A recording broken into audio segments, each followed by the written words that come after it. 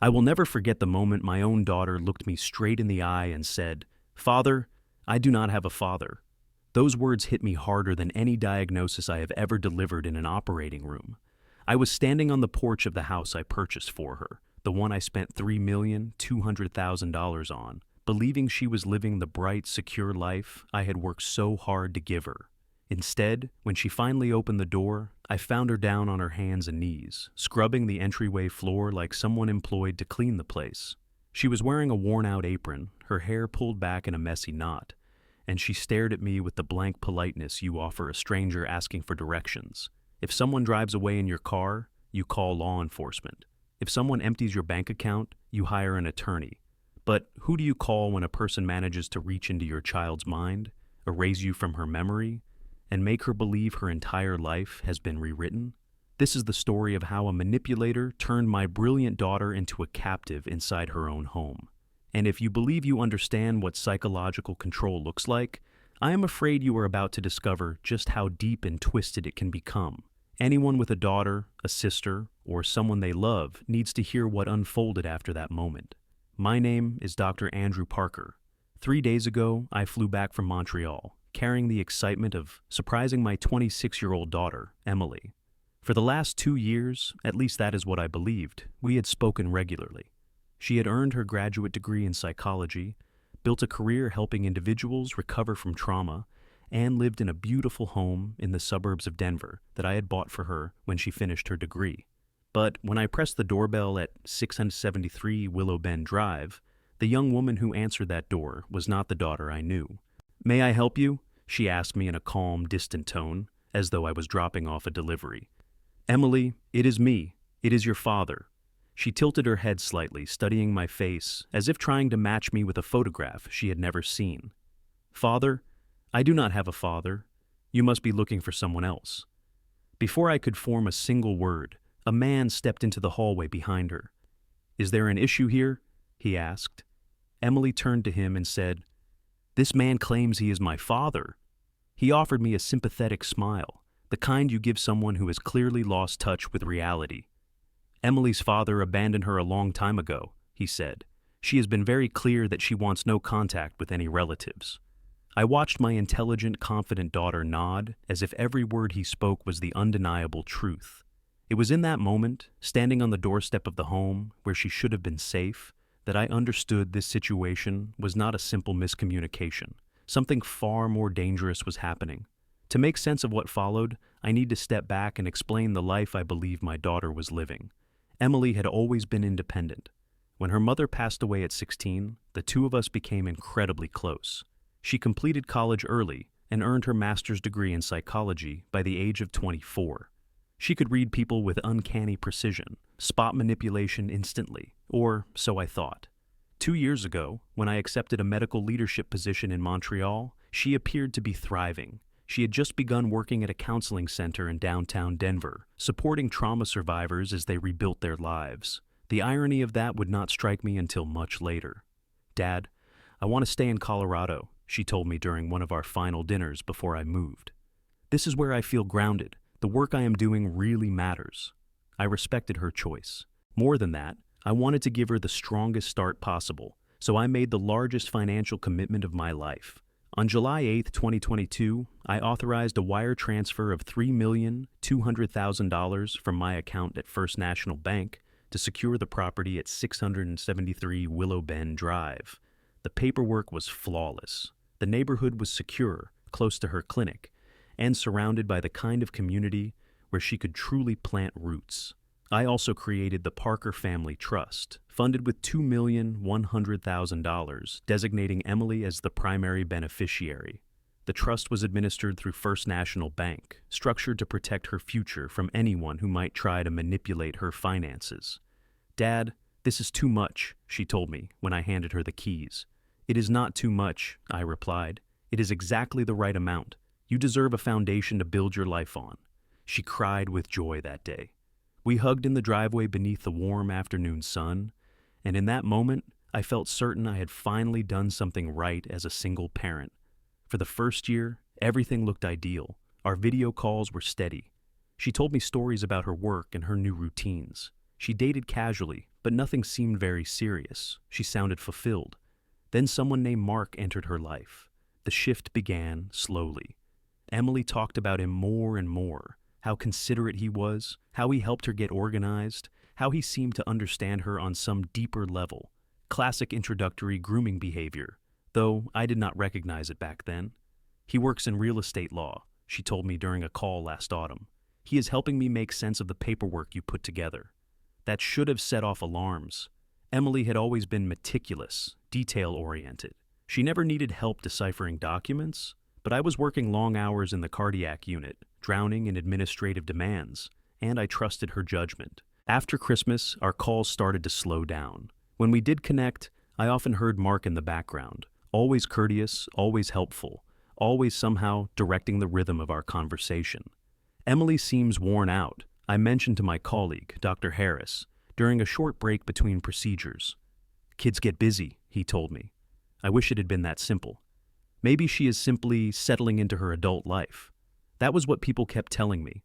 But something in my instincts, those same instincts trained to detect subtle irregularities in a patient's heartbeat, kept insisting that something about Emily's behavior did not add up. Her tone had shifted. She spoke more softly, as if afraid of being overheard. She asked fewer questions. She seemed diminished, as though part of her personality had been gently sanded away. Last month, I made a decision. Her birthday was coming up, and although I had been planning to visit anyway, I wanted the trip to be unannounced. I wanted to observe her in her real environment, meet this Mark individual face to face, and reassure myself that everything was exactly as she had always told me. I now realize I should have called ahead, but at the time, the spontaneity felt important, like the only way to truly understand what was happening in her life. My flight confirmation listed my arrival clearly.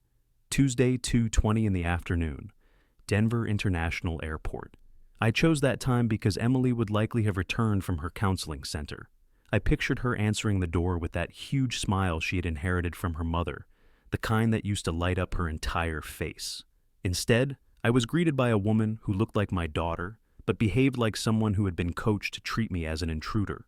Standing on that porch with Mark beside her, I felt the same cold sensation I experienced the first time a patient went into cardiac arrest during open-heart surgery. My perception sharpened, time seemed to slow, and every detail carried the weight of life or death importance. There seems to be some confusion here, Mark said calmly, his tone designed to sound patient and reasonable. Emily has been dealing with complicated family dynamics. She has made it very clear that she does not wish to maintain contact. Complicated? I repeated. What complications? She and I spoke 3 weeks ago. Mark's smile did not move an inch. People sometimes say things they do not mean, especially when they want to avoid conflict. Emily has been working hard on establishing healthy boundaries. I have been helping her with that process. Hearing that word, boundaries, come from his mouth felt like having a surgical blade twisted beneath my ribs. Emily and I had never needed boundaries. Our relationship had always been grounded in honesty, trust, and respect. I would like to talk with Emily directly, I said. That is not going to be possible. She asked me to handle these situations. These situations, he repeated, as if a caring father arriving unannounced to check on his daughter was some recurring disruption in their peaceful domestic life. His wording, his tone, the possessive ease with which he spoke, it all triggered a wave of dread I had never experienced before. I looked past him into the house, my house, the one I had purchased with the intention of giving my daughter independence and security. Through the window, I saw movement in the kitchen. Emily was wiping down counters with rigid mechanical motions, like a person completing a task by rote rather than choice. This is her home, I said quietly. I bought it for her. For the first time, Mark's expression faltered, but only slightly, like a seasoned poker player reacting to a card he had not anticipated. Emily told me something different, he said.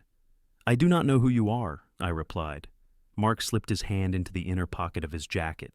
Actually, he said, there is something you should be aware of. He pulled out a manila envelope, the kind attorneys use when they intend to change someone's world with a single sheet of paper. Inside was a marriage certificate. Emily and I were married on January 8th, 2024, he said. As her husband, I have legal obligations to safeguard her well-being. He offered me the certificate. It certainly looked legitimate. embossed seals, official signatures, witnesses listed as Daniel Harper and Melissa Grant, Emily Parker Hart, Mark Alexander Hart. Date of ceremony, January 8th, 2024. Emily never mentioned getting married, I said. She did not want to overwhelm you, he replied smoothly. You have been very critical of her decisions before. She wanted to protect your feelings. Critical? I had stood behind every choice Emily had ever made, encouraged her independence, celebrated her accomplishments, and respected her judgment. What he was doing, right in front of me, was psychological manipulation in its purest form, and he executed it with a chilling level of confidence. I want to go inside the house, I said. That will not be happening, he answered. This is a private residence. You are not invited. I funded this home. My name is on the deed. Mark's expression shifted into something resembling sympathetic disappointment. Actually, it is not. Emily made some modifications to the property documents after our marriage. Colorado is an equitable distribution state, which means I am very familiar with how equitable distribution works, I interrupted. Then you already understand that Emily had full authority to adjust ownership. She filed a deed transfer to include both of us last month. Everything has been properly submitted to Arapahoe County. He handed me another document, a quitclaim deed dated February 12th, 2024. Emily's signature appeared at the bottom, notarized, witnessed, and filed. But immediately I noticed something wrong. I had seen Emily's handwriting thousands of times. Holiday cards, research papers she asked me to review, the signature she scribbled on the first check she ever wrote. Her capital E always had a sweeping curve, and she crossed her T with a deliberate stroke slightly above the midline. The signature on this document imitated those traits, but the pen pressure was inconsistent, the angle unnatural. Where exactly did Emily sign this? I asked. At our attorney's office, he replied. The entire process was completely legitimate. What attorney? That is privileged information, he said, his voice firming. I studied the page again, and my medical training snapped into place.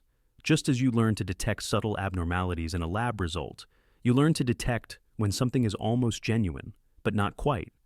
This signature hit every structural point Emily's real signature would have, yet the elements were assembled like someone copying from a reference rather than writing fluidly. I need to speak with Emily about this, I said. He has explained his position clearly. Emily has no interest in maintaining relationships with relatives who refuse to honor her decisions.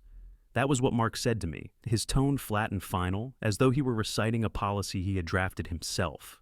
Through the front window, I could see Emily walking from the kitchen into the living room, carrying a spray bottle and a cloth. She moved stiffly, each step and gesture looking more like an item being checked off a chore list than the natural rhythm of someone tending to her own home. The disconnect tightened something in my chest. Let me ask you something, Mark, I said. What kind of attorney claims to specialize in real estate, yet also inserts himself into conversations about emotional boundaries and family therapy? For the first time, his controlled smile slipped. It was only a fraction of a second, but I saw it. I have broad interests, he replied. And what kind of husband stands around chatting with visitors while his wife does all the housework? Emily prefers to stay busy. It helps with her anxiety. Anxiety? That stopped me cold. Emily had never been anxious a day in her life.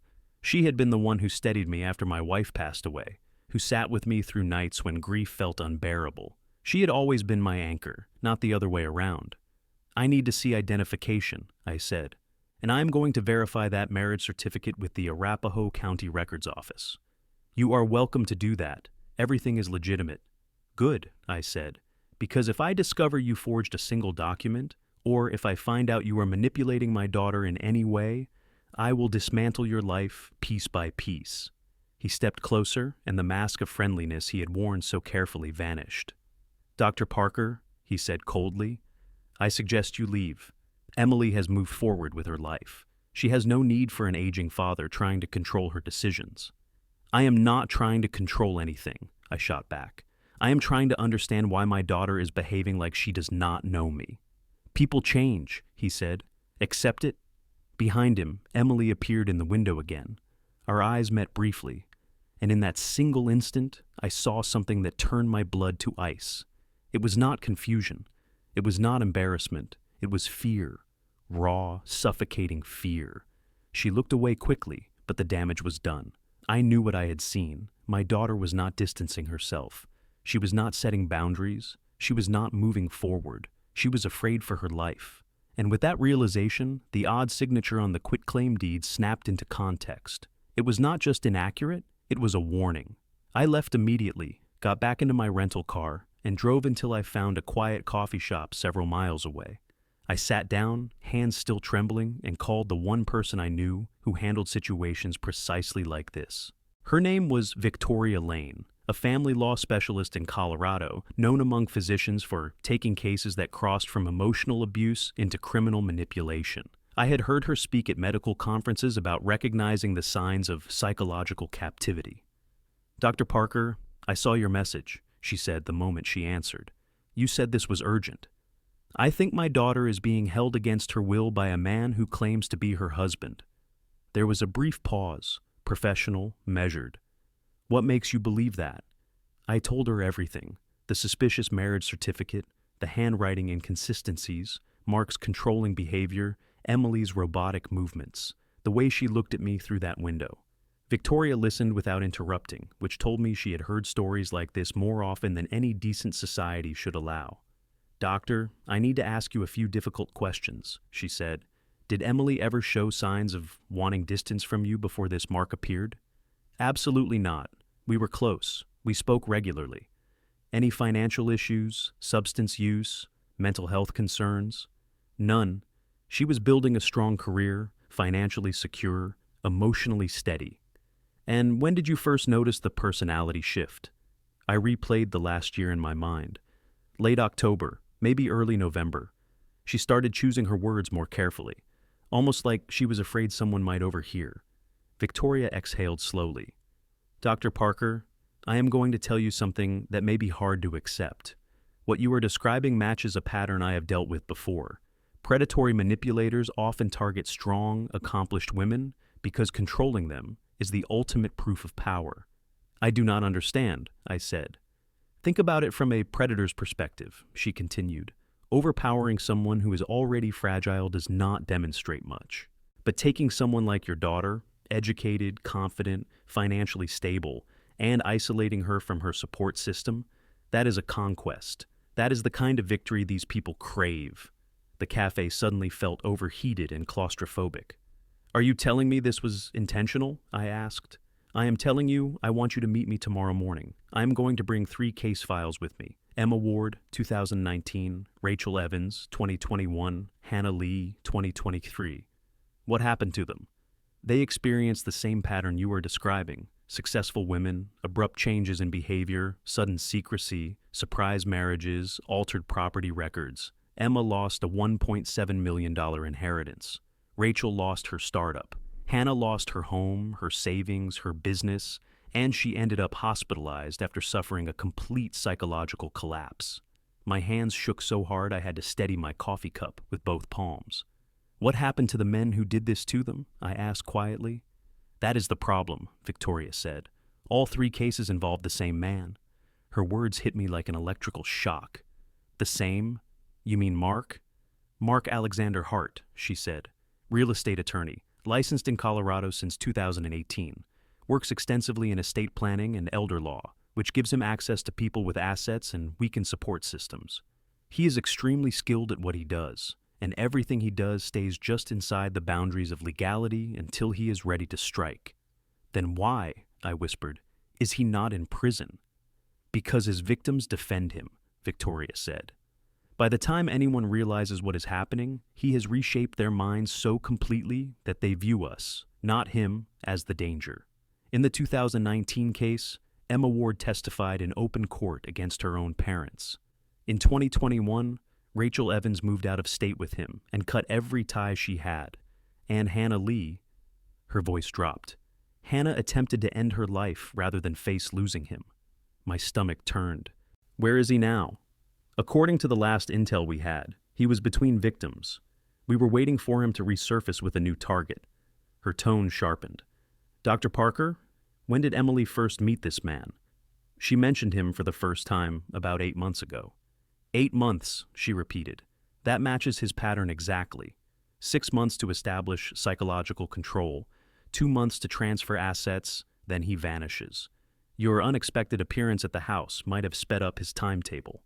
What am I supposed to do? I asked. First rule, do not contact Emily directly, Victoria said firmly.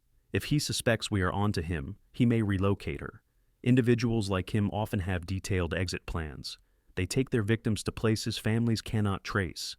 She is my daughter, I said, my voice breaking. I cannot just stand by. Dr. Parker, she said, steady and unwavering, listen very carefully. If you push too hard, you may trigger the same outcome we saw in Hannah's case. We must approach this with precision. Surgical precision, I said. I understood the metaphor all too well. Exactly. And the first step is this. I am filing for an emergency hearing first thing tomorrow. We are going to request a temporary freeze on every account tied to the Parker Family Trust and the property you purchased. Colorado law allows this if there is evidence of financial exploitation of an older adult. Older adult? I am 58. The statute defines older adult as anyone 50 or older whose assets are being exploited through manipulation of their relatives. It is broader than most people think. How much time do we have? If my analysis is correct, not long, she replied. In all 3 prior cases, the victims disappeared within days of their families suspecting something. And, Dr. Parker, there is something else you should know. I gripped the phone tighter. What is it? We never found Rachel Evans. She has been missing for 3 years. The room seemed to tilt. You think he killed her? I think he discards them once they are no longer useful. Whether that means abandonment or worse, we do not know. But we cannot allow Emily to reach that stage. I pictured Emily's eyes in the window, wide, frightened, pleading, an unspoken message trapped behind them. Victoria, what time is court? 9 o'clock in the morning, Arapahoe County Superior Court, Judge Caroline Whitaker. I am filing the motions tonight. I will be there, I said. Bring everything, she instructed. Bank records, trust documents, property deeds, anything that proves your financial connection to Emily. We need every piece of evidence. After we hung up, I stared into my untouched coffee, thinking about the operating room. The riskiest moment in cardiac surgery is not when something fails. It is when everything appears stable, but the instruments are warning you the patient is crashing beneath the surface. Every instinct I had was sounding the alarm. Victoria had told me each victim had followed the same trajectory. And now, Emily was walking that same dark path. The next morning at 8:45, I stepped into the Arapahoe County Superior Court building, carrying a briefcase stuffed with documents and a heart pressed tight with controlled fury.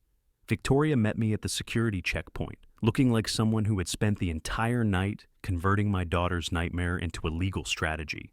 Everything filed? I asked. Yes, she said. Emergency motion for asset protection, petition to investigate financial exploitation of an older adult, and request for immediate injunctive relief. Case number CV22244418, assigned to Judge Whitaker. Victoria was thorough, impressively so. She had also contacted Detective Samuel Reed from the Financial Crimes Division. He had been following Mark Alexander Hart across multiple states. As we walked toward the courtroom, Detective Reed briefed us. 6 confirmed victims in 4 years, he said. Same sequence each time. Identify an accomplished woman with access to money. Introduce himself as a supportive partner. Cut off her family. Transfer assets. Disappear. How much has he taken? I asked. Verified, about $12 million. Unverified, could be double. The courtroom was smaller than I expected. Wood-paneled, quiet, almost intimate. Victoria told me that was not a bad sign. Smaller rooms often meant the judge paid closer attention. At 9:15 a.m., Judge Whitaker called our case. Victoria rose with the same focus I had seen in surgeons during the opening incision, deliberate, confident, completely in command. Your Honor, she began, we are requesting immediate protection for the financial assets belonging to Dr. Andrew Parker and his daughter, Emily Parker, now legally Emily Hart. We have substantial evidence indicating systematic psychological coercion and financial manipulation by Mr. Mark Hart. Mark's attorney, a narrow-faced man named Leonard Briggs, stood up next. The moment I saw him, calm, polished, unbothered, I realized he had handled cases like this before, which meant This was not the first time Mark had stood behind counsel while one of his victims' families begged a court for help, and that terrified me. Your Honor, this is nothing more than a domestic disagreement. Mr. Hart and his wife have every legal right to manage their joint property however they choose. That was how Briggs opened, smooth, dismissive, and absolutely confident in his angle. Judge Whitaker adjusted her glasses and examined the stack of documents in front of her. Mr. Briggs, these assets were acquired by Dr. Parker long before this alleged marriage took place. Alleged marriage, Briggs repeated, feigning insult. We have a certified copy of the marriage record right here. Victoria did not miss a beat. Your Honor, we move to introduce Exhibit A, a forensic handwriting report analyzing the signature on that certificate. The expert's findings were damning. Emily's signature had not been written organically. It had been traced, reproduced carefully, but without the natural pressure variations or stroke timing of authentic handwriting. The angles were wrong, the pressure sequence did not match her usual habits. The report broke down every discrepancy in clean, clinical detail. Judge Whitaker studied the analysis for a long moment. Mr. Briggs, do you care to explain these inconsistencies? We question the reliability of the analysis, he said, suddenly far less polished. I see, the judge replied. Well, pending further review, I am granting the emergency motion. All accounts connected to the Parker Family Trust are to be frozen immediately. Any property transfers dated after December 1st, 2023 are suspended until this court completes a full investigation. The order hit like a hammer. Detective Reed was already prepared. The moment Judge Whitaker signed the paperwork, he sent 2 officers directly to First National Bank to enforce the freeze. Another team left for the county recorder's office to flag the deed on 673 Willow Bend Drive. But I knew Mark would not simply sit back and accept this. At 11:32 that morning, as Victoria and I walked out of the courthouse, my phone buzzed. Unknown number, but I did not need caller ID to know who it was. Dr. Parker? Mark's voice no longer carried any false warmth. This was the real man. What do you want? I asked. I think it is time someone explained a few things to you regarding your daughter, he said. Emily has made it very clear that she does not want contact with you, yet you insist on forcing yourself back into her life. The court seems to disagree, I replied. The court is uninformed, he said smoothly. Emily has been working with a therapist to address severe family-related trauma. She has been processing some very painful memories about your relationship. What memories? I demanded. That is between Emily and her doctor, he answered. But she asked me to tell you that your attempt to seize control of her finances is exactly the kind of behavior she has been trying to escape. This was classic predatory manipulation, the creation of a false narrative, the rewriting of history, positioning himself as the rescuer while framing me as the threat. It was the same pattern I had seen described in Victoria's case files. Mark, I said, my voice low and steady, let me make something very clear. I know exactly who you are. I know what you did to Emma Ward. I know what you did to Rachel Evans. And I know what you did to Hannah Lee. And now I know what you are doing to my daughter. Silence. A long, calculating silence. Then he said, Dr. Parker, you should be careful making accusations you cannot substantiate. I do not need to prove a thing, I said. The evidence already speaks for itself. Evidence can be misleading, he replied. Older men under extreme stress sometimes develop paranoid thinking. They see threats where none exist. They make decisions that damage their families. The implication was unmistakable.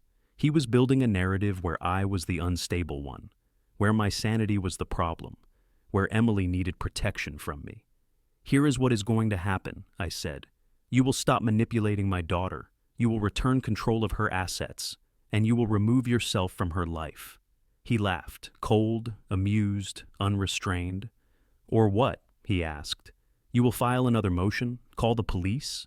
His tone shifted again, confident and venomous. Dr. Parker, I have not broken a single law. Emily is an adult. She made adult decisions. If those decisions upset you, that is something you need to work through. We will see, I said. Yes, he replied quietly. We will. And by the way, how is your heart these days? All this stress cannot be ideal for a man your age, especially considering your family's cardiac history. I froze. He knew about my father's heart attack. That meant he had been digging, mining Emily's memories, extracting personal information, twisting it into leverage. "Stay away from my daughter," I said. "I am your daughter's husband," he said. "She needs me to protect her from the people who claim to love her, but only want to control her. People like you." Then the line disconnected. Victoria was studying my face the moment I lowered the phone. "What did he say?" she asked. "He threatened my health," I said, "and he has been collecting details about my family's medical history." "That is escalation," she said quietly. "He is feeling the pressure." Her expression darkened. "Dr. Parker, we need to prepare for the possibility that he will do something reckless." "Like what?" I asked. "Like vanish with Emily before we can solidify the case. Predators like him always have exit plans." I thought of Rachel Evans, missing for 3 years. I thought of Hannah Lee, hospitalized after losing everything. And I thought of my daughter's terrified expression through that window. "How long do we have?" I asked. "Maybe 48 hours," she replied. "Once he realizes how serious this investigation is, he will make his move." As we reached the parking structure, Detective Reed approached us, walking quickly. "Dr. Parker," Detective Reed said the moment we reached his unmarked vehicle, "there is something you need to hear. We just ran Mark Hart through the federal identity system." "And," I asked, bracing myself, "he is not who he claims to be." Before I could respond, my phone buzzed. Another unknown number. Against every instinct I had, I answered. "Dr. Parker," Mark said quietly, "I want you to remember this conversation. I will make Emily hate you for the rest of her life." He hung up before I could answer. I handed the phone to Detective Reed. "He just called me." "We suspected he might," Reed said, "and what I'm about to tell you is going to make the situation far more serious. The real Mark Alexander Hart, the man whose identity he has been using, died in a car crash outside Portland 3 years ago. Whoever is living in your daughter's house stole a deceased man's identity." The parking structure felt like it rotated under my feet. Everything I thought I knew shifted in an instant. "So, who is he?" I asked. "We are working to determine that," Reed said. "But this changes the legal landscape completely. Identity theft is a federal felony. We can mobilize much faster now." Victoria was already dialing another number. "I am filing for an emergency protective order. If this man is using falsified identity documents, Emily could be in immediate danger." But Detective Reed lifted his hand. "There is more. We traced the number he used to call you. It is registered to a Martin Chan in Boulder." "Another dead person?" I asked. "Possibly," Reed said. "But here is the important part. Chan's credit history shows multiple luxury purchases over the past 6 months, high-end jewelry, payments on a new luxury vehicle, first-class flight bookings, all of it charged to credit lines opened using Emily's financial credentials. He had been treating my daughter as his personal funding source." Victoria ended her call. "Judge Whitaker will hear us at 2 o'clock, but we need to hurry. If he realizes we know about the identity theft, he may panic." "What does that mean for Emily?" I asked. "It means," Victoria said, "we need to reach her before he makes a move he cannot undo." We drove towards 673 Willow Bend Drive in Reed's unmarked sedan. The plan was straightforward: serve the protective order, confirm Emily's safety, and get her away from the man impersonating her husband long enough to determine how far the manipulation had gone. The house looked different in the bright midday light. Sleek, expensive, secluded. Too perfect for someone who wanted to isolate a victim without neighbors interfering. Detective Reed knocked firmly. "Police! We have a court order requiring us to speak with Emily Hart." When the door opened, the man we knew as Mark appeared wearing the exact costume of concern he had used the day I first met him. Soft voice, slightly furrowed brow, attentive husband. "Officers, can I ask what is going on?" he asked. "We need to speak directly with Emily," Reed said. "This is a welfare check." "She is fine," he replied. "She is just having a difficult day." "We will need to see her," Reed repeated. His expression tightened. Just for an instant, but I caught it. "She is unavailable. She is resting." "Sir," Reed said, sliding the protective order into view. "This is not a request. We have a court mandate." That was when it happened. Emily's voice rang out from somewhere deeper in the house, high, panicked, unmistakable. "Help! Please! Someone help me!" Reed shoved the door open. I charged in behind him, Victoria close behind. We found Emily in the kitchen, pressed into a corner, her face wet with tears. The moment she saw me, her expression hardened, fear turning instantly into anger, as if she had been trained to react that way. "Stay away from me," she screamed. "You are trying to destroy my life. Why cannot you just let us be happy?" The words hit like physical blows. This was not Emily, not the daughter who comforted me after my wife passed away, not the woman who had built a life helping trauma survivors. This was someone speaking from a script someone else had forced into her mind. "Emily," I said softly, "it is me. It is Dad." She glared at me with absolute certainty. "I know who you are. You are the person who abandoned me for 10 years. You are the person trying to ruin my marriage because you cannot handle the fact that I am finally happy." I froze. These were lies, fabrications he had planted, manufactured memories. Mark stepped up beside her, placing an arm around her shoulders in a gesture that made my skin crawl. "She has been very distressed about your legal actions," he said. "She feels you are attempting to control her." But Reed was watching something else entirely. "Ma'am," he said slowly, "are those bruises on your wrists?" Emily yanked her sleeves down. "I fell. I am clumsy." "Those marks resemble restraint injuries," Reed said. "You are wrong," she snapped. "He would never hurt me. He is the only person who has ever truly loved me." I felt as if I were staring at a stranger wearing my daughter's face. Victoria stepped forward gently. "Emily, my name is Victoria Lane. I am an attorney specializing in helping individuals who have been financially exploited or coerced. I would like to ask you a few questions." "I do not need help," Emily shouted. "What I need is for my family to stop interfering in my life." "Emily," I said quietly, "I know you are scared, but you do not need to be." "I am not afraid of anything except you," she screamed. "Mark showed me how controlling you are, that you have been manipulating me for years." Mark nodded sympathetically, as if guiding her through a well-rehearsed play. "Emily has been working through painful realizations about your relationship, Dr. Parker," he said. Detective Reed cleared his throat. "Mrs. Hart, are you aware that your husband has been using your financial information to make unauthorized purchases?" Emily's face tightened. "Those purchases were not unauthorized. We are married. We share everything," Emily said, her voice trembling with conviction. But not her own conviction. It was borrowed, implanted. Detective Reed did not hesitate. "Mrs. Hart, are you aware that Mark Hart is not his real name?" For the first time since we had entered the house, something flickered behind Emily's eyes. Doubt. Confusion. A crack in the armor he had built around her. "What?" she whispered. "The identity he is using belongs to a deceased man," Reed said. "The real Mark Alexander Hart died in a car accident outside Portland in March of 2021. Emily slowly turned toward the man she believed was her husband, her face paling. "Mark, what is he talking about?"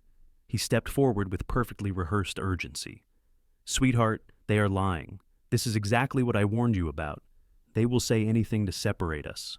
But the room had shifted. His control was loosening. Emily's expression no longer held blind certainty. It was unsteady, searching. "What did he mean about your name?" she asked, her voice barely audible. Reed pulled out his phone and displayed the official death certificate. "This is the legal record for the real Mark Hart. Date of death, March 15th, 2021. Cause of death, vehicular collision near Portland." Emily stared at the document, then back at the man beside her. I do not understand." He reached for her shoulder. "Emily, look at me. You know who I am." "But if your name is not really Mark," she swallowed hard. "Then who are you?" His voice hardened. "I am the person who loves you. That is what matters." Victoria stepped forward, seizing the opening. "Emily, do you remember signing any papers transferring ownership of this house?" "Yes," she said slowly. "He told me it was for tax reasons." "Do you remember the day you signed them?" Victoria asked. Emily pressed a hand to her forehead.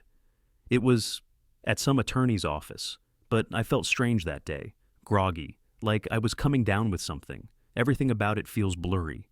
I stepped closer, keeping my voice gentle.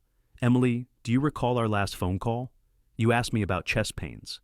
"I did?" she asked, blinking rapidly. "You told me you were not sleeping well, that you felt anxious all the time. You never struggled with anxiety before." Her eyes darted around the room, taking in the neatly arranged cleaning supplies, the spotless counters, the man standing too close beside her.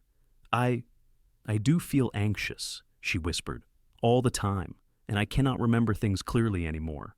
The imposter's tone sharpened instantly. "Emily, do not listen to them. Remember what we talked about. Remember what we agreed." But she was stepping away from him now, shaking her head. "Who are you?" she demanded. "Tell me your real name." He reached toward her, no longer pretending to be gentle. "You need to calm down." "No!" she screamed. "Tell me your real name." The mask disintegrated. "My name does not matter," he snapped. "What matters is that you belong to me now." Emily recoiled as if struck. Then she screamed, a raw, soul-shredding sound. "You destroyed my life!" And everything that happened after that nearly destroyed our entire case. 2 hours later, after officers transported Emily to the police station to provide a statement, the situation took a violent legal turn. While she was still being interviewed, haltingly remembering fragments about forged signatures, drugged appointments, and financial exploitation, Detective Reed's phone rang. He listened silently, then turned to me. "Dr. Parker," he said, "we have a problem." A countersuit had been filed, fast, strategic, devastating. Case number CV2224-89312. It claimed that I was a mentally unstable older adult, suffering from paranoid delusions. It alleged that I had emotionally abused Emily for years and was now harassing her husband with fabricated accusations. And attached to that lawsuit was an emergency restraining order. "They are arguing you are a danger to her mental health," Victoria said as she flipped through the paperwork. They included statements from a so-called therapist, a Dr. William Morrison. "I have never heard of him," I said. "Because he does not exist," she replied. "But the court has no way of knowing that yet." The restraining order was catastrophic in scope. It prohibited me from contacting Emily directly, approaching within 500 yards of the home I had purchased, accessing joint accounts, or interfering in what the lawsuit described as her therapeutic recovery. Judge Whitaker, the same judge who had helped us that morning, was required by law to sign a temporary order until the full hearing. "How long does this last?" I asked. 72 hours minimum, Victoria said. "Possibly longer." 72 hours? My voice cracked. He could disappear with her in 72 hours. "I know," she said quietly. But the most devastating blow was still ahead. That afternoon, during an emergency strategy meeting, Dr. Hannah Lee, the psychiatrist Victoria had brought in as a subject matter specialist, offered the explanation I feared most. "Your daughter is experiencing trauma bonding," Dr. Lee said. "This kind of psychological conditioning makes it nearly impossible for the victim to differentiate between protection and domination." "She was remembering things," I insisted. "She was questioning his name." "That is precisely why this countersuit is so dangerous," Dr. Lee said. "When victims begin breaking free, manipulators escalate to regain control." "What kind of escalation?" I asked. Her expression turned grave. "Isolation is the most common, taking the victim somewhere family cannot locate them. But in cases where the abuser knows criminal charges are imminent—" "What?" I demanded. "In some cases," she said softly, "they eliminate the evidence." Before I could speak, Victoria's phone rang. She answered, listened, then went pale. "It is Detective Reed," she said. She handed me the phone. "Dr. Parker," Reed said, "we just received a flag from the financial forensics team. The man posing as Mark Hart made a very large cash withdrawal from an account we did not know existed." $75,000, Detective Reed said, "withdrawn 2 hours ago from a Bank of America branch in Colorado Springs." My stomach dropped. "Emily's money?" "Appears to be," he said. "But that is not the part that concerns me most. We just received a location ping from the cell phone he has been using. It is moving south on Interstate 25. "Toward Albuquerque?" I asked. "Or toward the border," Reed said grimly. "Dr. Parker, we believe he is running." "With my daughter?" My voice cracked. "We do not know. We sent a patrol to the house, but no one answered the door. A neighbor reported seeing a black SUV pull out of the driveway around 3 o'clock with 2 people inside." A sharp pain tightened in my chest, deep, radiating, unmistakable. The kind of pain I had been trained to recognize as something far more dangerous than stress. "Are you telling me my daughter is gone?" I asked. "We are telling you we need to move quickly," Reed replied. "The restraining order complicates our ability to intervene, but if we can establish immediate danger, Victoria was already on the phone. I am filing an emergency motion to dissolve the restraining order. If Judge Whitaker has to wake up to hear it, she will. How long will that take? I demanded. Not fast enough, she said quietly. And Dr. Parker? There is more. I looked at Reed. His expression told me exactly how bad it was. We confirmed his real identity, Reed said. His name is Marcus Holt. He is wanted in 3 states for identity theft, large-scale financial fraud, and psychological coercion. My legs weakened. But, Dr. Parker, he added, that is not the worst part. Tell me, do you remember Rachel Evans, the woman who vanished 3 years ago? Yes. We found her body last month, he said. She had been dead for over 2 years. The room froze around me. No one breathed. You are saying he killed her? I whispered. We are saying she died under extremely suspicious circumstances while living with him, Reed answered. The autopsy showed indicators of long-term psychological torment and consistent drugging. My daughter was in a moving vehicle with a man who had already killed before, a man who was now trying to cross a border, a man who had nothing left to lose. What about federal jurisdiction? I asked. This crosses state lines. The FBI is now involved, Reed said. But Dr. Parker, even if we catch him, you need to understand the psychological aftermath. What Holt did to Emily over 8 months. Some victims never fully recover. I thought about Hannah Lee in a psychiatric ward. I thought about Rachel Evans lying unidentified in a morgue. I thought about the terror in my daughter's eyes through that kitchen window. So, you were telling me I might get my daughter's body back, I said, but lose her mind. Dr. Lee spoke carefully. Recovery is possible, but it requires intensive therapy, constant emotional support, and months, sometimes years, of work. Some survivors regain their sense of self. Others battle depression, panic disorders, or dissociation long-term. And a few what? My voice was barely audible. A few never stop believing their abuser is the person who truly cared for them, she said softly. At that moment, Victoria's phone buzzed. She checked the message, and her face went completely pale. What is it? I asked. It is from Emily's phone, but I am certain she did not write it. She handed it to me. Stop searching for us. Emily is safe and happy.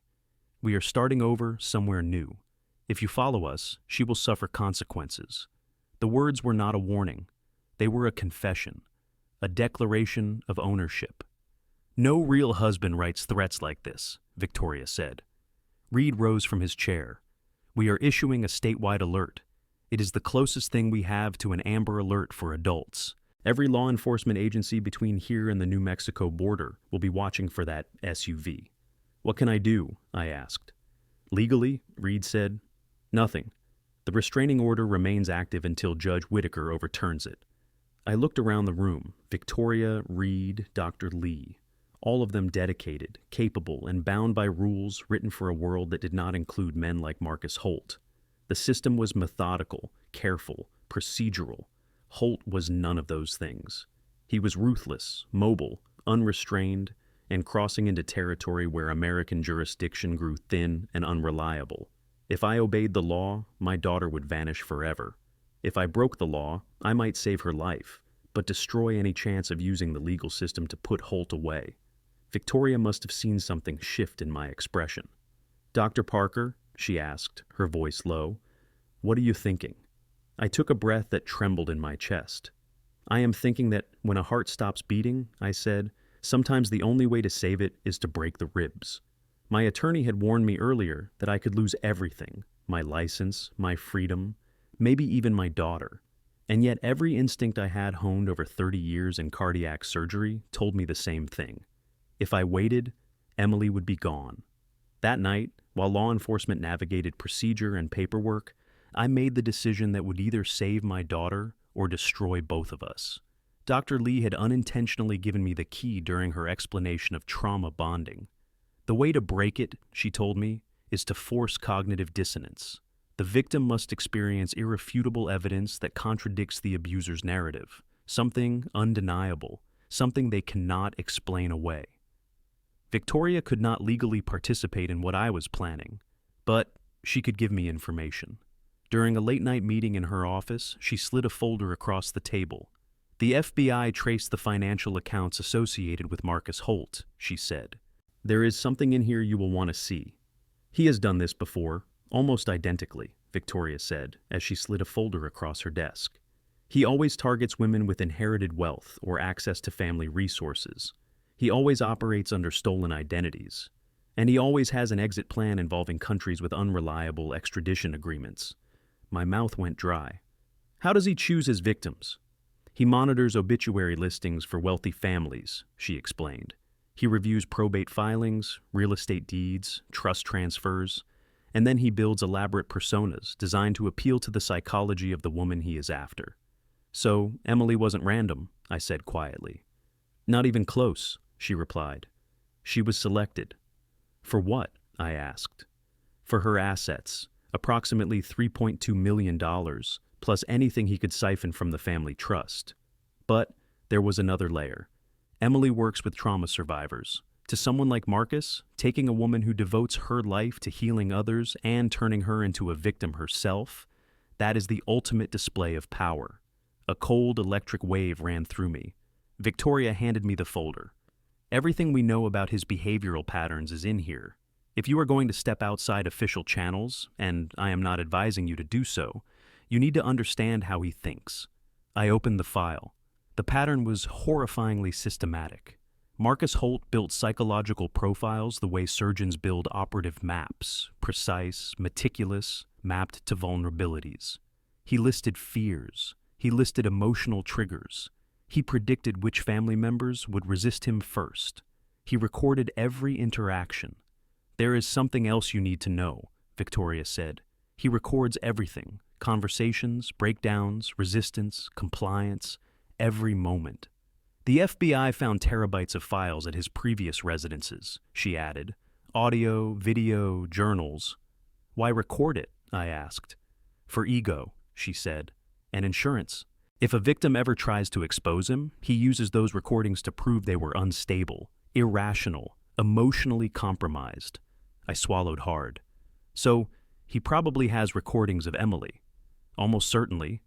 And those recordings, I whispered. Those recordings, she said gently, could be the very thing we need to break through her conditioning.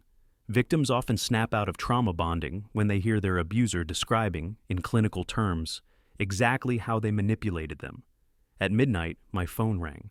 Detective Reed. We found the SUV, he said. My heart stopped. Where? At a rest stop outside Pueblo. The vehicle was abandoned. No sign of Holt or Emily. Abandoned? I repeated. They switched vehicles. We are tracking credit lines and phone pings, but everything went dark. Do you know where they're heading? I asked. Reed exhaled. When he runs, he follows a pattern. Colorado to New Mexico, then private flights to places that do not cooperate with U.S. authorities. He paused. You have maybe 6 hours before he crosses a jurisdictional boundary that is extremely difficult to penetrate. I gripped the phone so tightly my knuckles turned white. Dr. Lee had arranged specialized recording equipment, technology used in psychiatric assessments to capture high-definition audio without detection. If you can get Holt talking, she said earlier that day, if you can make him describe his methods, victims often snap out of conditioning when faced with undeniable, external truth.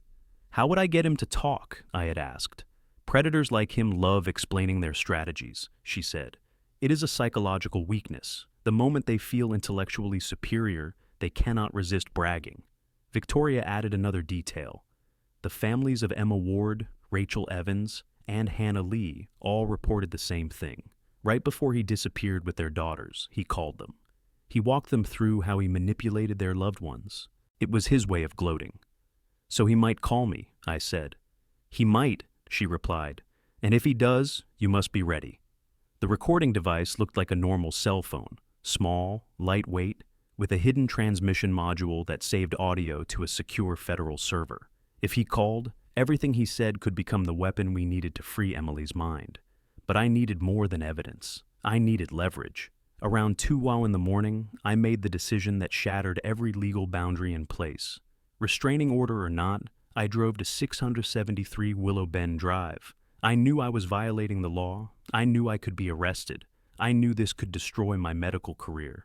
but I also knew this might be my last chance to uncover whatever remained of my daughter's truth. Inside the empty house, I found Holt's real identity, not the man he pretended to be, but the man he truly was. His tools, his planning, his sickness. What should have been Emily's home office was a full operational command center. 3 large computer monitors ran financial tracking software and identity databases. Dozens of manila folders were neatly labeled, each one with a woman's name and psychological profile. In the walk-in closet, he had built a high-end audio recording studio, complete with mixing boards and professional microphones. The files on the desk were neatly arranged, labeled in Holt's precise, unsettling handwriting. Emily, initial compliance conditioning. Emily, emotional dependency framework. Emily, isolation and family severance protocol. My hands shook as I put on the studio headphones, and then I heard it. Emily's voice, quiet, scared, trying to reason. Holt's voice, calm, clinical, rehearsed. Emily, tell me again why your father abandoned you. He did not abandon me, she said softly. He accepted a medical position in Montreal. But he chose work over you, Holt replied. He chose prestige over family. That is abandonment, is it not? No, she whispered. That is not... Emily, he said. Say the truth. There was a long, trembling silence. Then, broken, he abandoned me. I guess someone could look at it that way, Emily said in the recording, her voice thin and hesitant. And how did that make you feel? Holt asked. Hurt, she whispered. Lonely. And who is the only person who has ever put you first? He pressed. You are. The dates listed on the recordings revealed the disturbing progression. The earliest files focused on reconfiguring her memories of me, taking ordinary father-daughter disagreements and reframing them as deep abandonment. Later recordings documented what Holt called dependency conditioning, sessions where he engineered artificial emotional breakdowns that only he could resolve. In the most recent audio files, Emily's voice no longer sounded like my daughter. She sounded younger, smaller, emotionally starved. Please do not be angry with me, she said in a recording made just 7 days earlier. I will do better. I can be better. I know you will, Holt replied soothingly. But you understand why I must correct you when you speak to your father, do you not? Yes, she said weakly, because he is harmful to me. That is right. And what happens to people who allow harmful influences back into their lives? They get sick again. They get sick again. Very good. I listened to my daughter being systematically dismantled, her identity chipped away, her memories rewritten, her confidence ground into dust. Every fiber of my body, every instinct as a parent, as a physician trained to fight for life, was screaming at me to smash the equipment into pieces. That was when my phone rang. Unknown number, but I did not need to guess. Dr. Parker? Holt's voice was exactly the same as in the recordings, smooth, composed, self-assured. You sound distressed. Where is my daughter? She is safe, he said. She is with someone who actually loves her. You mean someone who has been psychologically torturing her for 8 months? He laughed, a soft, delighted sound. Torture? Doctor, I have given Emily the first healthy attachment of her life. I helped her understand the emotional damage caused by your neglect. I have recordings, Holt. I know precisely what you have been doing to her. Oh? Recordings of what? He asked lightly. A devoted husband helping his wife process childhood trauma? I am sure law enforcement will find those quite compelling. He was right, and he knew it. Without context, his manipulation could be reframed as therapy. I know who you are, I said. Your real name is Marcus Holt. You are wanted in 3 states: identity theft, fraud, homicide. Homicide? He repeated, amused. A very serious accusation. I hope you have evidence. Jennifer Hill. Jennifer was unstable, he interrupted smoothly. She tragically took her own life. Very sad. After you drove her into psychological collapse. After I tried to help her overcome decades of untreated mental health issues, he corrected. Some individuals cannot be saved, Dr. Parker. But Emily? Emily can be helped. Helped, I said. By being turned into a prisoner in her own home? Helped, he insisted, by removing toxic influences from her life, such as controlling fathers who use money as a leash. He was doing exactly what Victoria predicted, boasting, explaining his methods as though he were lecturing an inattentive student. "Tell me something," I said. "How do you choose your victims?" "I do not choose victims," he said calmly. "I find women in dysfunctional families, women who need rescuing. Emily, for instance, was financially dominated by a father who used his wealth to maintain dependence. I offered her independence." "You offered her a gilded cage," I said. "Everything you built, the house, the trust exploitation, the constant monitoring, was designed to keep her tied to you." "I liberated her," he replied sharply.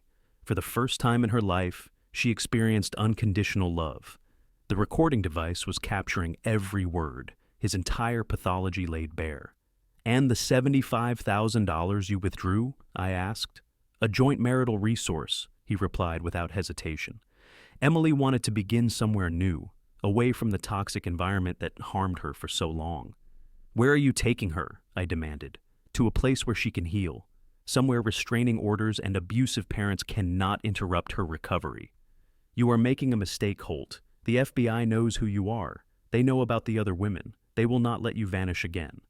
"The FBI," he said with a chuckle, "does not understand the complexity of family systems. They see a generous man helping his wife escape an oppressive upbringing.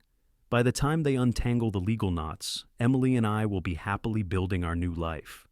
"What about Emma Ward, Rachel Evans, Hannah Lee? Were they all escaping abusive fathers too?" "Some people are strong enough to embrace positive change," he said. "Others—" There was a long pause. "Others are not." "Meaning what?" I asked.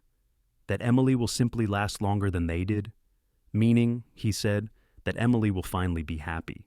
Something she never was under your control." The recording was perfect for investigators. His arrogance, his confession of manipulation, his delusional justifications. But I still did not know where Emily was. "Let me hear her voice," I said. "Let her tell me she is happy." "That will not happen. Emily does not wish to speak with you." "Then put her on." "Goodbye, Dr. Parker. Do not waste time tracing this call. We are already gone." Before he hung up, I heard something faint in the background. An announcement. In Spanish. Echoing over a PA system. "Marcus," I said quickly, "you're at—" The line cut off. "I have done this to 6 other women." That was the last thing Holt said on the previous call before disconnecting. But what mattered more was the faint sound in the background, an airport announcement spoken in Spanish. Detective Reed immediately recognized the clue. "That is Tijuana," he said. "They are flying out of Mexico tonight." Within minutes, federal agents were coordinating with border authorities, racing south in an attempt to intercept Holt before he left the continent. But while the FBI was mobilizing, something happened that none of us expected. My phone rang again. This time, the caller ID did not display an unknown number. It said, "Emily Parker." "Dad?" Her voice was quiet, shaking, but unmistakably her own. "Emily," I breathed. "Where are you?" I am in a restroom at the airport," she whispered. "I needed to tell you something before anything else happens." "Honey, it is all right," I said. "We know about the manipulation. We know he controlled what you said and did. You could not help—" "No, Dad," she said sharply. "You do not understand. I knew who he was." The words nearly stopped my heart. "What?" I asked. "I knew he was not really Marcus Hart. I knew he was lying." "Emily, I do not understand." She drew in a shaky breath. "Dad, he told me if I did not cooperate, if I did not play the perfect victim, he would kill you." The world tilted. "Kill me?" "Yes," she said. "He has your medical records. He knows you have a family history of heart disease. He said it would be easy to make it look like a stress-related cardiac incident." I felt the air leave my lungs. "He showed me pictures of your condo in Denver," she said. "Pictures of the hospital, your office, your running trail. He knew your schedule. He knew your routines. He said if I ever tried to contact you or tell anyone the truth, you would have an accident." Her voice was steadier now, clearer, as if speaking the truth was pulling her back to herself. "Emily," I whispered, "why did you not tell the police yesterday?" "Because he still had access to you," she said. "Dad, he has connections. People who make problems disappear. He told me about Rachel Evans' father. After Rachel died, her father had a convenient heart attack 3 months later. The pieces clicked into place in a horrifying chain. Emily had not been protecting Holt. She had been protecting me. When you showed up at the house, she continued, I panicked. I knew you realized something was wrong, but that meant Holt would see you as a threat. Everything I said to you, everything I did, I followed the script he forced on me. The marriage certificate, I said. I never saw the real document. He had me sign blank forms. He told me they were for taxes. And the property transfers? I did not sign anything, she said. Those are all forged. Detective Reed leaned closer to the speakerphone. This is Detective Reed. Emily, where is Holt now? He is at the gate, she said. Flight 447 to Guatemala. It leaves in 20 minutes. She paused. But Dad, there is something else. What is it? He is not alone. What do you mean? I asked. There is another young woman with him. She looks about my age, and she is acting exactly the way I was acting when you saw me, frightened, but defending him anyway. Another victim? Reed asked. I think so, Emily said. She told me her name is Monica. She keeps saying her family abandoned her, that Holt is the only one who understands her. It is word for word what I used to say. Victoria was already calling the FBI. They need to stop that plane now. Emily, I asked softly, how did you get away from him? I did not escape, she said. He let me use the restroom. I guess he thought I was too far gone to try anything. Then her voice hardened. But when I heard him on the phone with you, when I heard the way he bragged about destroying me, it broke something, or maybe it fixed something. I remembered who I am. Her next words stunned me. I am Emily Parker. I help trauma survivors rebuild their lives, and now I need to rebuild my own. Where exactly are you? I asked. Still in the restroom near Gate B. Dad, I already called the Mexican emergency number, but I do not think they understand the danger. The FBI is on the way, but, Dad, I am so sorry. I am so sorry I made you think I did not love you. Emily, I said, swallowing the ache in my throat, you saved my life. You saved both of our lives. Suddenly, through the phone, I heard shouting, running footsteps, airport announcements echoing. Dad, she said, something is happening. I think security found him. Her last words before the line crackled were, I knew the whole time, and I was protecting you. 6 months later, I am sitting in my daughter's real home, a small apartment she chose herself, in a neighborhood where she feels safe, surrounded by furniture she picked out without anyone guiding her decisions. Holt, Marcus Holt, operating under one of his many stolen identities, was arrested at Tijuana International Airport that night with Monica Richardson, a 28-year-old marketing executive from Phoenix. Her family had been searching for her for 4 months. The charges were staggering. Identity theft, interstate kidnapping, financial fraud, murder in the case of Rachel Evans. Multiple counts of coercive control and psychological abuse. During the trial, the full extent of his criminal operation emerged. Over 6 years, Holt had infiltrated the lives of 12 women across 5 states. The confirmed financial losses exceeded $15 million, but the emotional devastation was immeasurable. Emily took the stand and testified with a clarity that reminded me of the brilliant young woman she has always been. She explained Holt's methods, his psychological strategies, his threats, the way he weaponized family history. Her testimony was devastating because she spoke not only as a trained therapist, but as a survivor. Holt received life imprisonment without the possibility of parole. Monica Richardson is still in intensive therapy, but she is healing little by little. Emily has been walking beside her through the process, helping her understand the psychological aftermath of trauma bonding. It turns out my daughter is uniquely equipped to guide other survivors because she knows firsthand how a person can claim to love you while simultaneously dismantling your sense of self. The foundation is doing well, Emily tells me one evening as we sit at her kitchen table, sharing a quiet dinner in her new apartment. We have helped 11 women so far. The Sanctuary Foundation, established using $500,000 recovered from Holt's fraudulent accounts, offers specialized therapeutic programs for survivors of coercive control and psychological manipulation. Emily runs the organization with a dedication that feels like a continuation of who she has always been, but sharpened now with lived insight and purpose. Any regrets about leaving the counseling center? I ask. None, she says immediately. This work feels different, personal. I understand what my clients are facing in a way I never would have understood before. She pauses, then adds softly, "We do not talk about Marcus anymore unless it is directly connected to helping someone else survive." Emily has drawn firm, healthy boundaries around that chapter of her life. She is engaged now to a pediatric nurse named Daniel, and she laughs openly about the coincidence that he shares my first name. We have all acknowledged the irony, but it is the healthy kind, the kind born from healing rather than trauma. "Dad," she says after a moment, her fork resting on her plate, "can I ask you something?" "Of course," I answer. "When you realized what Holt was doing to me, were you ever tempted to handle it yourself, outside the law?" I think back to that night, the hours I spent inside Holt's secret workspace, the recordings of Emily's voice cracking under the weight of his manipulation. I remember the rage, the helplessness, the urge to abandon reason and become someone I would not recognize in the morning. I take a breath. "Yes," I say honestly. "I was tempted. Very tempted." "What stopped you?" she asks. I look at her, healthy now, whole again, sitting in a home she chose, surrounded by a life she rebuilt with her own strength. "I realized that saving you the wrong way might mean losing you forever," I say. "I could not risk that, not for anything." Emily reaches across the table and places her hand over mine. Her touch is steady, warm.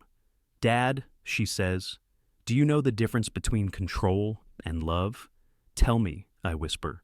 "Love creates freedom," she says. "Control destroys it.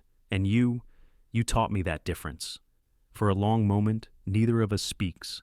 The kitchen is quiet except for the hum of the refrigerator and the soft glow of the overhead light. 6 months ago, I thought I had lost my daughter. Today she is stronger than I have ever seen her. Sometimes you have to lose everything, security, certainty, even the version of the future you once imagined, to find one another again.